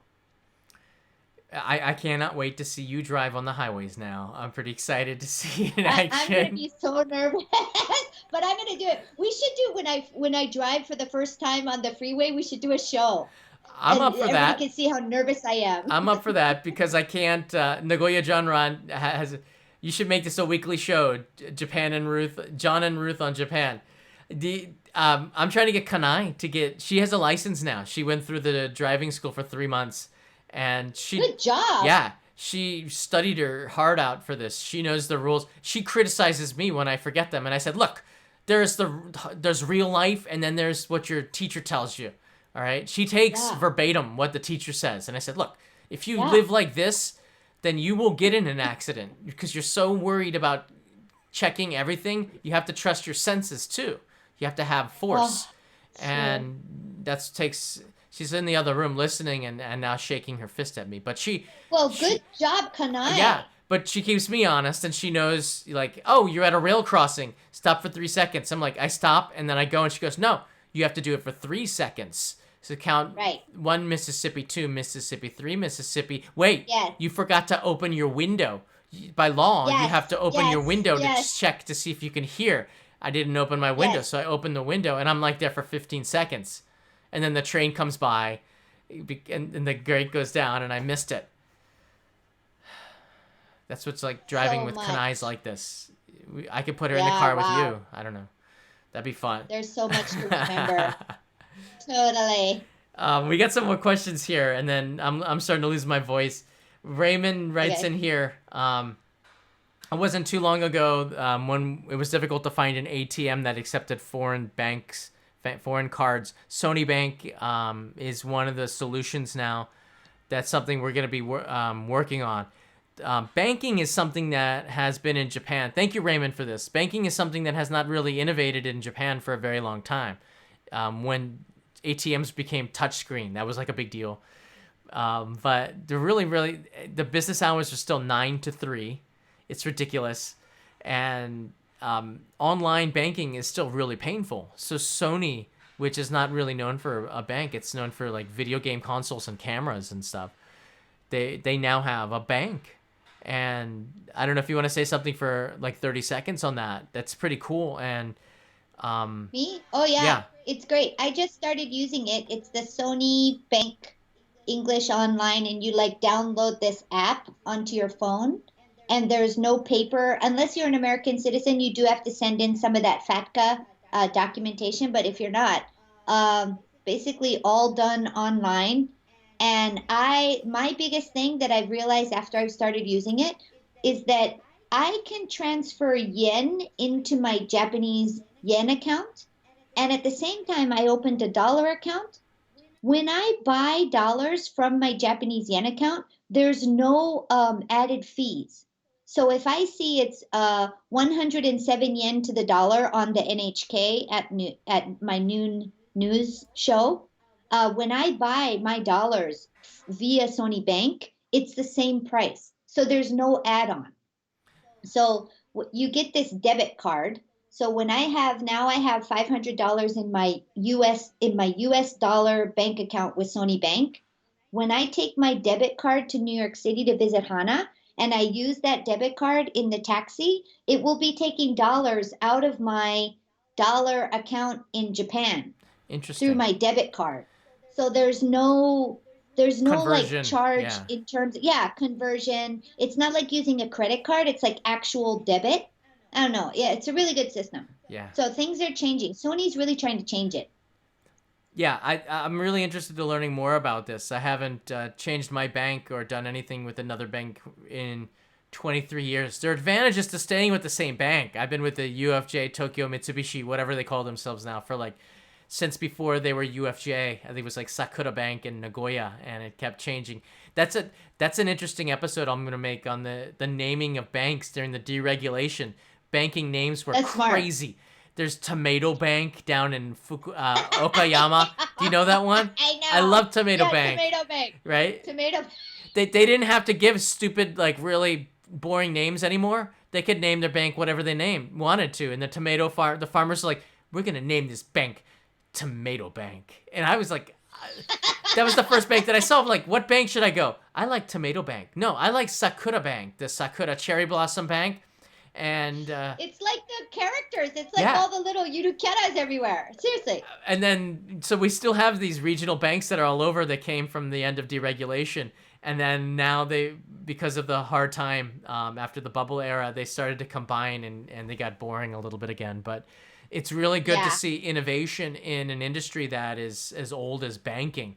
Sony's doing some Yeah. really good things, and And very international. making life Good. easier for people who live Yeah. here that are not from here. Yeah. Getting a bank account is very painful and difficult for people. So Sony's made that process easier. So we'll cover that a little bit later on. But I'm Yeah. glad to for the question from Raymond on this. Eugene Shima Bukuro writes in here: murder hornets have been found in the Pacific Northwest. Is this hornet from Japan? Ruth, 30 seconds. They're called Suzumebachi in Japan, and yes, they are. I don't know if they're from Japan, but they definitely live here. And you could imagine it as like a really mean centipede. Just think about it like that. They're not going to murder you. So you have to stay 15 meters away from their nest. Otherwise, they'll try to attack you because they're afraid that you're going to try to attack their nest. So during the summer months when you're hiking, you just want to be careful. Yeah. And supposedly they don't like dark colors because it makes you look like a bear, and they don't like bears because bears come and get their nest. So try to wear like a yellow jacket or something when you're walking in the To woods. look like a Just keep bee? an eye out. You say that to look Yeah, like. it looks like like a friend, a friend. And then they have a really loud hum. So it would be very clear that one is nearby. And if one is nearby, then you just slowly go away. Just don't run. It's just a typical hornet. It's not going to come and try to get you. No, they're just called murder hornets. Yeah. They I don't hum know where before that they. name came from. They're not called that. Remember we used to have killer bees and that turned into nothing? But actually in Okinawa, they cook up the larvae. So the larvae in the little before they become a bee, they cook them up and eat them as snacks and super super good source of protein. So they're not that bad. Don't talk about that around the hive. Just saying. 15 meters. Yeah, yeah, Stay out of ear. yeah. Ruth talking about murdering larvae to the murder. Gosh, okay, let's see. Yeah, yeah. Marty writes in here, what is Ruth's secrets to her positivity, energy, everything Genki? Yes, I watched her latest YouTube video. Oh, thank you. Yeah, Marty. Oh yeah. Marty writes in here. Marty, thank you. Because I wanted to tell everybody if you are studying Japanese or you like Japanese, on my YouTube channel, I'm doing all these little short videos about for basically for Japanese people that have little kids at home, like because I went through it for 26 years. So, what are little tips and hints that you can use to make it successful, like the work-life balance? So, please do check that. Positivity. Well, I guess every day for me is something new, something exciting, something to look forward to. And what I try to do is that life is difficult, right? We all know that. Life is not easy. But what I found is every day, if you can say, oh my gosh, the blue of the sky today is so pretty, or look, a new flower has bloomed in my garden, or oh my gosh, this coffee is so good, or oh, I love the wording on my coffee cup. The forest is longing for the sea is longing for the forest, you know? I mean, I love the little holder for my iPhone. So it's kind of like, if you can pick up the little tiny joys that you can find every single day. In Hawaii, we have these leis that you wear with flowers that are connected by string. I feel like you almost can create a lei of joy during the day, and somehow that keeps you buoyant, you know? It keeps you from getting pulled down. So that's basically my secret is I try to sow a lei of joy every day with the little flowers and the little things that I see during the day. I guess that's strange. Yes, and it's not strange at all. In fact, some people might not know, but Ruth was used to be a cheerleader. So, Yeah, and you have the cheerleader vibe to you. It never leaves. Just you yeah, make people happy. Um, yes. Good answer. Sunny Tasty Chronicles writes in here, what are your recommendations for onsen and or public baths in and around Kyoto that are tattoo friendly? That's the Oh, other tattoo well, friendly anybody. onsen. And is it safe for single women to travel around Japan? Last but they Yes. Yes, okay, that was good. That was easy. Last but not least, any recommendations of Japan cooking classes in Tokyo? Let's go with Kyoto and Oh, yeah, let's go with Kyoto and the tattoo friendly baths. What do you know anything on that one? are you talking about Sento? Because if you're talking about Sento, they wouldn't have any private baths, but Sento is the public bath where pretty much I'm pretty sure almost everywhere is tattoo okay, right, John? Yes. The In Sento, Tokyo, right? about 95% of the sento are tattoo friendly, and a lot of the sento now have onsen to compete with onsen. They brought in onsen too, which is the naturally hot occurring hot spring Right. water. 95% of the I, sento, I yeah. I think that you will be happily surprised because I don't think there's as much of an allergy to tattoos as there used to be. So you're not going to go and say tattoo, okay? You say tattoo, okay, like that. And the person is not going to be like, no, like that. It's going to be like, oh, I'm really sorry. No, we can't. You know, it's going to be a nice refusal, whereas it used to be much more strict. Um, Whatever you're looking for around Kyoto, just give them a call and ask them if they have a kashikiri onsen, which is a private onsen that you could pay like 1,000 yen more to have your own room, and then tattoos doesn't no effect whatsoever. Totally perfectly fine. If you want to go into the main bathing area with all the other people, you would have to ask. You would say tattoo okay like that.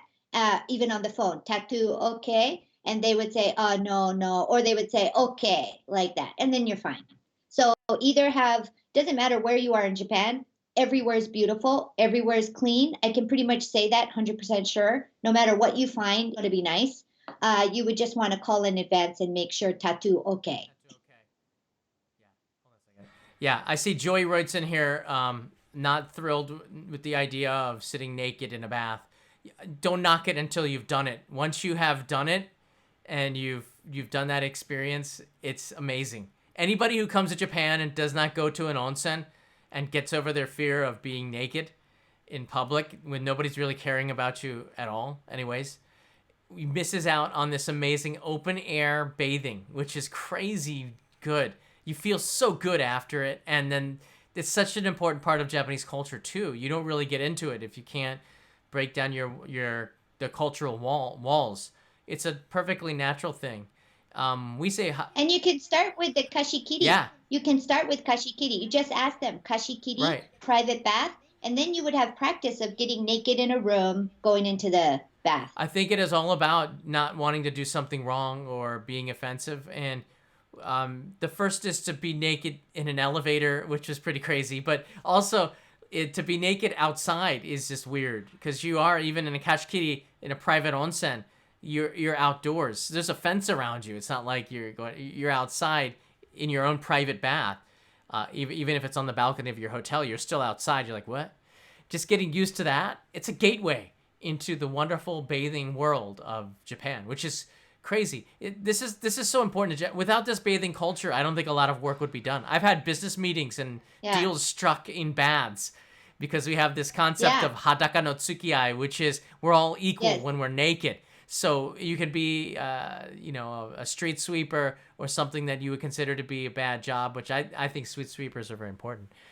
Or you could be Yeah. the CEO of a Fortune 500 company. Doesn't matter. When you're naked in a bath, you guys can talk freely. And then when you put your clothes on, your street clothes or your suits of armor, then you change back into your, everyday lives. But in a bath, everybody's the same. And I love that concept. When you think about it like that, It it's actually different. it actually helped with my body image. It really did. I had a really bad body image until I came to Japan. Like I always thought I was fat. I didn't think I was pretty, just anything. But once you start going to these baths, and for some reason, women are always thinking, oh, she's going to have a better figure than me, or she's thinner, or she's better. We're always like comparing. But then when like John said, when you go into the bath, everybody has the same parts. And you also realize everybody is totally different. Like every single person is like a piece of art. And then you start to realize, wait a minute, I have the same parts as everybody else. It's perfectly fine. I really think that for women, especially, like going into these public baths with lots of other naked women around, it's actually a healthy thing. I think it's good for us. Yeah. For me now, I travel for bath. I will travel to onsen resorts that's my plan. And a lot of people, they have magazines, books written dedicated to this, traveling for baths. It's amazing. And, I can't think of a better reason to soak in a tub, and you feel so much better afterwards.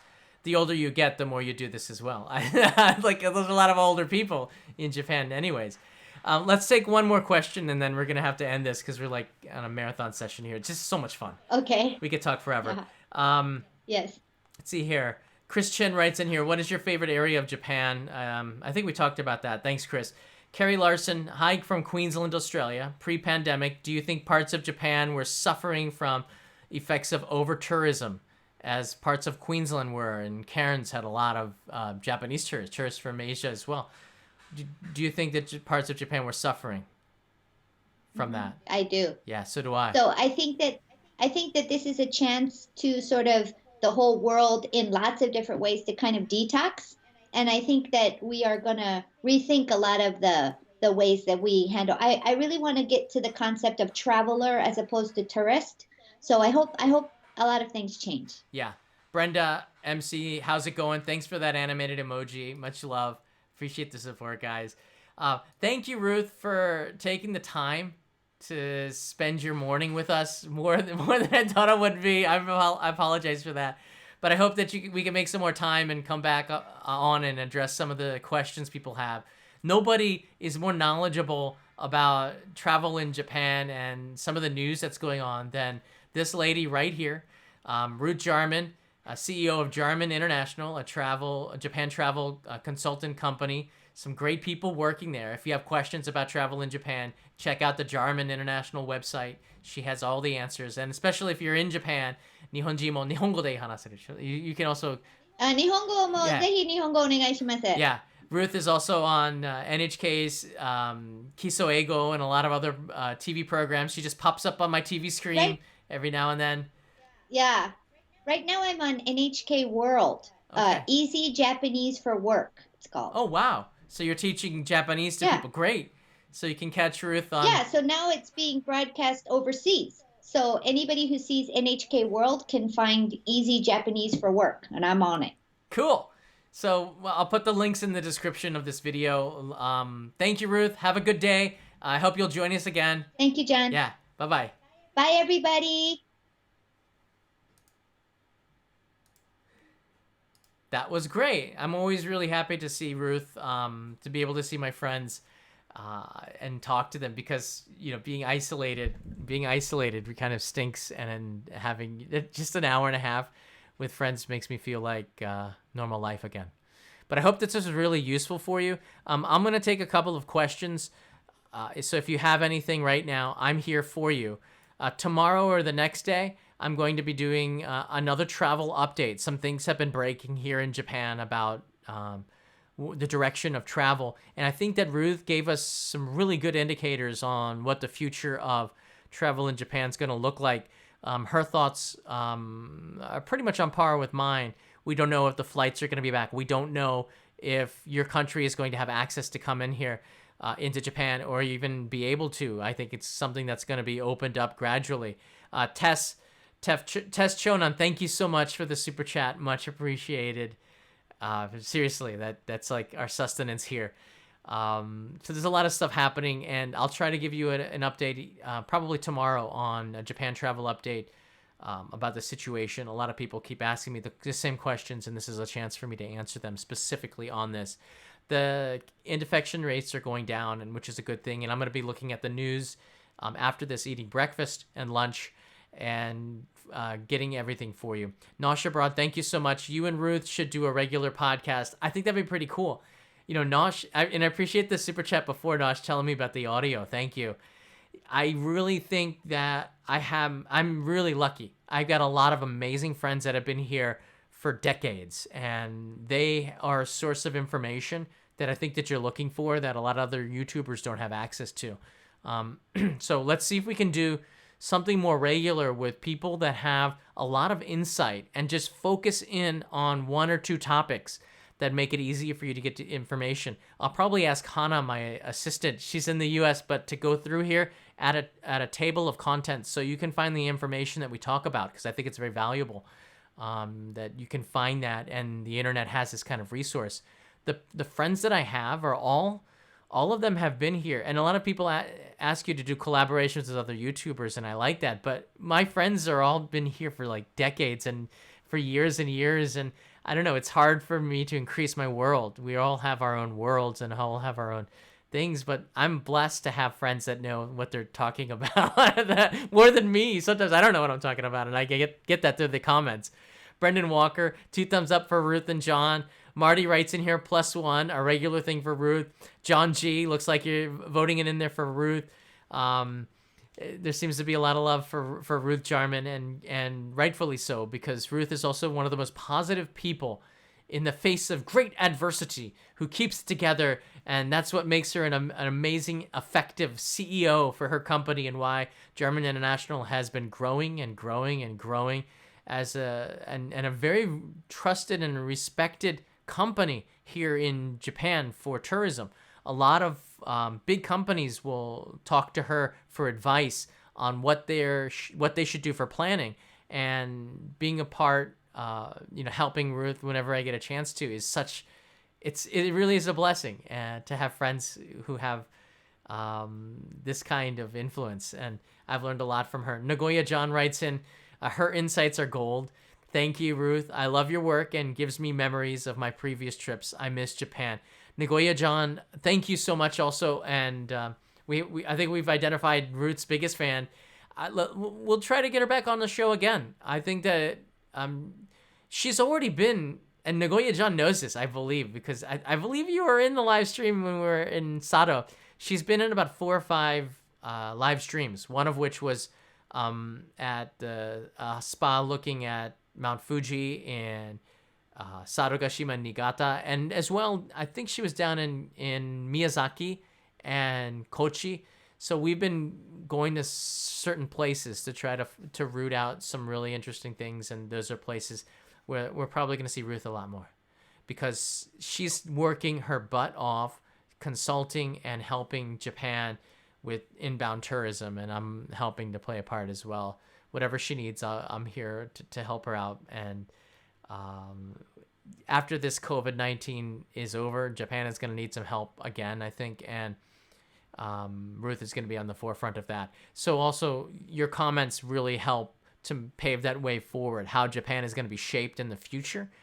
Your comments and your feedback are critical. And when I look at our Patreon comments, a lot of them are really good. I see this and our Discord server as places where we can affect real change, because we have the ears and the mouths of people who make that kind of change here, that are consultants to some of the great people in this country. So let's keep working at this. Let's keep making travel in Japan fun and great and innovative, and push the bar, because change in Japan is really slow. It takes a long time, but it's up to us and people who know this country, have been living here, to push the bar a little bit further each time, and we can do that. And Ruth is doing that in a Japanese way. She's somebody who can balance both cultures, and that's the most important. It's easy to get upset about something you don't like. It's hard to find a way to do it in a Japanese way and use your American emotions and get things done, because anger is an emotion that is wasted in Japan. You show anger, you might as well just go home. Nothing will change. It might change for 5 seconds, and no one will ever contact you again the moment you lose it. Go crazy. You have to be controlled here. Stuff for the next live stream with Ruth Jarman. Thank you. And I spelled her name wrong in the thing. Is Jarman for Ruth's name. Thank you, Ruth, so much. I will be on another episode of Tokyo Eye. I've been talking with them, and then we were going to do a COVID-19 episode on NHK. So I believe I get a chance to talk with Chris in an interview and discuss what life has been like here. I think Kanai might be on an episode. I'm trying to get her on it as well.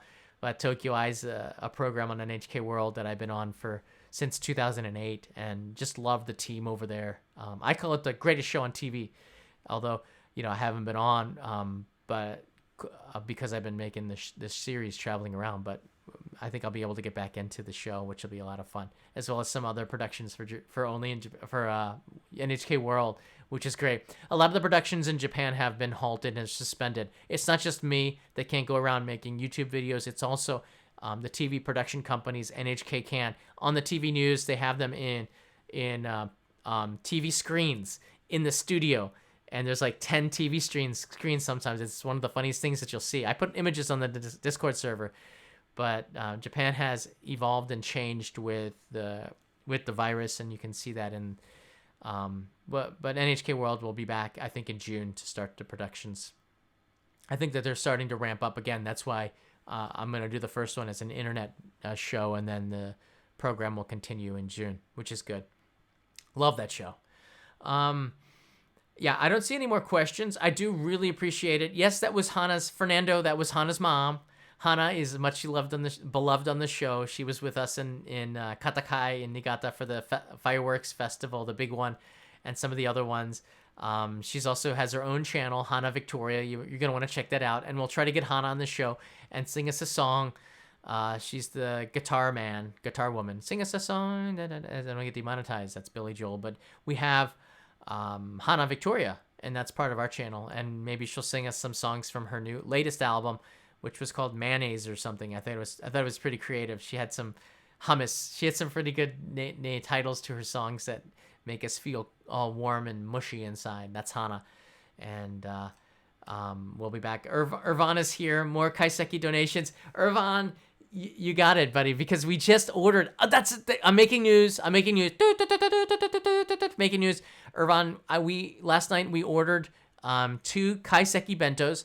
They cost over $50 for each one, and they look spectacular. And this is why, I was criticized for ordering food that was too expensive, but this is a YouTube channel, and you don't get viewers by eating potato chips. Come on.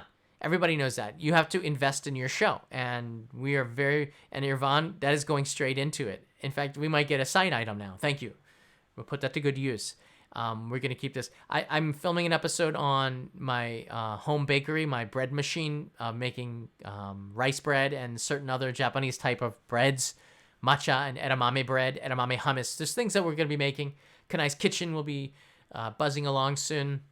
And the stay-at-home rules here have been extended to the 31st, but I'm going to see what the numbers are and see perhaps we can get out a little bit earlier and do some walks around the city. Right now, everything is regional. There are 17 prefectures that have not had any infections for over a week. So it seems like things are getting better in Japan, which is good. Better than $50 Wagyu in a can. Yes, I ate that because it was interesting, okay? Wagyu in a can, sign me up for once, but don't sign me up for twice, because I'm not going to waste another $50. I put that into kaiseki ryori, which is going to be well worth it. We have been trapped and eating humbly. It's time for something special, okay? If you now allow me, that one person, the couple people who trolled me. I love my trolls. They're usually not too wrong. Just the way they write can be a little harsh, and I don't mind harshness. Tell me direct. But don't start. It's just saying. I put a link down here. You can check it out. I'm trying to get people to go to Twitter, and I'm putting some of the notifications on there. They will always be on Patreon, which is where the best support is. Super chats are a great gift for the channel, and Twitter is a place, and Instagram stories, because I know I want you to get the notifications, and I don't want you to miss the live streams. These broadcasted live streams don't have notifications always, I've noticed. So if you're not getting the notifications, try unsubscribing and subscribing again. Sometimes works if you've been a subscriber for over a year. Doing the unsubscribe and subscribe and clicking the bell or making sure it's on works to bring back the notifications. And clicking the like button works too. When you like, it shows the algorithm that you're interested in this content. And that also means that the notifications will be sent out if you're subscribed to over 100 channels, which a lot of people are. So liking is important to not just to me, but to you, so you can see this. Nosh writes in here, Wagyu in a can makes a good video title. That's right. People get so hung up on the silliest things. It's true. It was, but in it we could eat some other Wagyu and we get to learn, and it's curious, one of the things to make a YouTube channel grow is to do things that makes people curious and wants to see more. That's about a YouTube channel. And if you do it right, it can be good content too, or it can be trash. But I want to have fun with it. And, you have to make your audience curious. They want to learn something. And what does it taste like is, you want to know. I want to know. Jimbo386 writes in, this is for some 7-Eleven Michelin star instant ramen. Actually, I was gonna send some to our daimyo for next month. I have to send long shelf life stuff, but we found gourmet instant ramen at one of the shops a couple days ago when we were shopping for the daimyo. We have the boxes just about packed up to be sent for C-mail, which is crazy. But that might be one, like a Michelin star instant ramen in packs. So thanks for Jimbo. We'll do, maybe I'll do a midnight snack run too soon. I also have for Patreon supporters a Q&A coming in the next couple of days. That'll be the first one for May, where you get a chance in a smaller audience to ask me questions. What's going on in here? Tess is here. Thank you, Tess. Big thumbs up from the Pearmeister. I like that emoji. Thank you very much for the support, guys. I'll see you in another live stream, probably tomorrow, for an update on travel to Japan. You're not going to want to miss this one. It'll be a mobile live stream. And then on Wednesday, we are having a kaiseki bento. And I'll try to start this live stream an hour before, so you get the notifications, always on Patreon. Our moderators will put the Patreon link if you want to help and support there. You will always get it, and you don't want to miss this one. It is so much more fun when it's live because you could be there and you can almost smell the food. I'll waft it to you through the microphone. It sort of works. It's psychological. Thanks, guys. Have a good day. Have a good night wherever you are in the world. See you in the next live stream from Tokyo. Bye-bye.